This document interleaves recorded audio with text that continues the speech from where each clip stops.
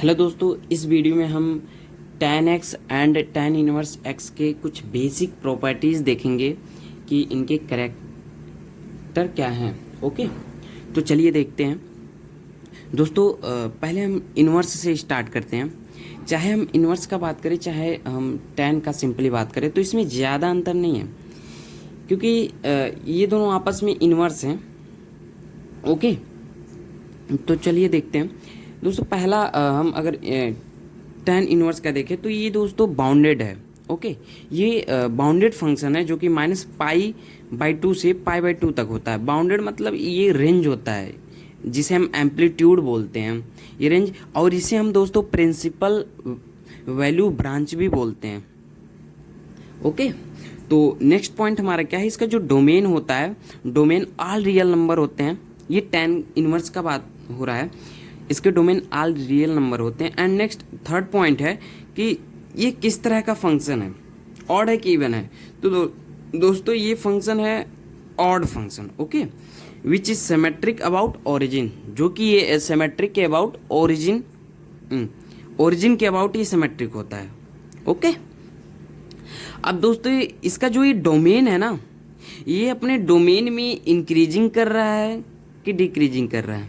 एक सेकेंड, आपको ये पता कैसे चलेगा कि ये ऑड है कि इवन है? आपको ऐसे पता कर लेना कि अगर आपको ये फंक्शन कोई दिया है f(x) = tan inverse x, okay, तो आपको रिप्लेस करना है x को -x से, मतलब x रिप्लेस बाई -x से। तो आप जब रिप्लेस करोगे ना, अगर माइनस ये जो फंक्शन है इससे ऐसे ब्रैकेट बनाए, तो अगर बाहर माइनस आ जाए, यहाँ बाहर माइनस आ जाए तो ये ऑड फंक्शन है। लेकिन बाहर जब नहीं आएगा तो इवन हो जाएगा। यही माइनस अगर बाहर नहीं आता तो इवन होता। ओके, आई होप आपको ये ऑड इवन का कंसेप्ट समझ में आ गया होगा। नेक्स्ट, ये अपने डोमेन में दोस्तों इंक्रीजिंग फंक्शन है। कैसे, आपको ग्राफ से समझ में आएगा। तो चलिए ग्राफ देखते हैं। ये हमारा सिंपल सा मैंने ग्राफ ड्रॉ किया है। आप देखोगे कि ये जो π/2 से लेके -π/2 तक इसका रेंज है। देखो यहाँ पर हमने बताया है, ऊपर ये रेंज है। और इसका जो ये डोमेन है ना, ये इनफाइनाइट तक है। ये मतलब इनफाइनाइट नहीं है, ऑल रियल नंबर। इनफाइनाइट कोई नंबर नहीं होता है दोस्तों। ओके, ऑल रियल नंबर्स हम बोल सकते हैं।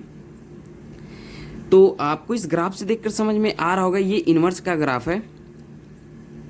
कि अब यहाँ से देखो हम क्या बात कर रहे थे, इंक्रीजिंग एंड डिक्रीजिंग की। तो ये देखो, अगर हम यहाँ से चले तो ये बढ़ रहा है, बढ़ रहा है, बढ़ रहा है, बढ़ रहा है, बढ़ रहा है, बढ़ रहा है, तो इंक्रीजिंग फंक्शन हुआ ना, तो हम इसे इंक्रीजिंग कह दिए हैं।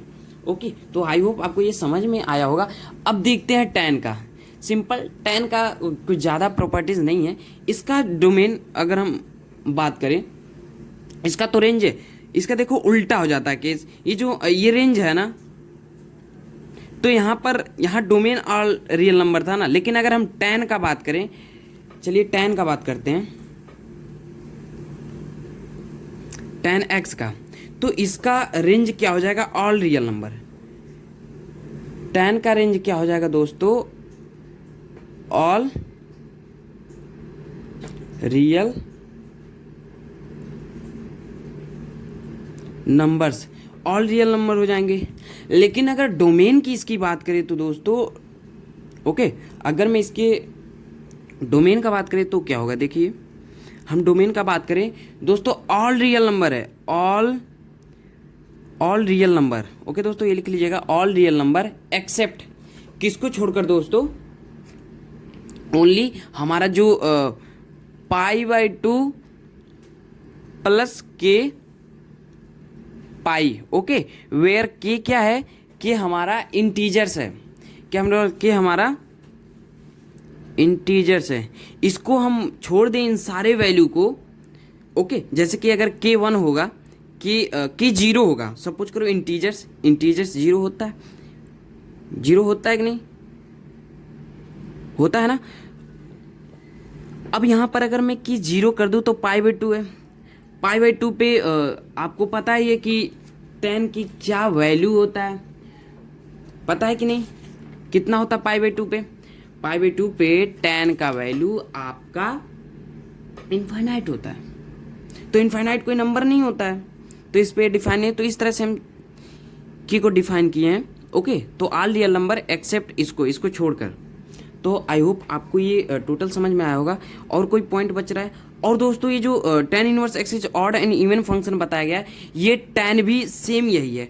tan भी is a odd function, tan is also odd function which is symmetric about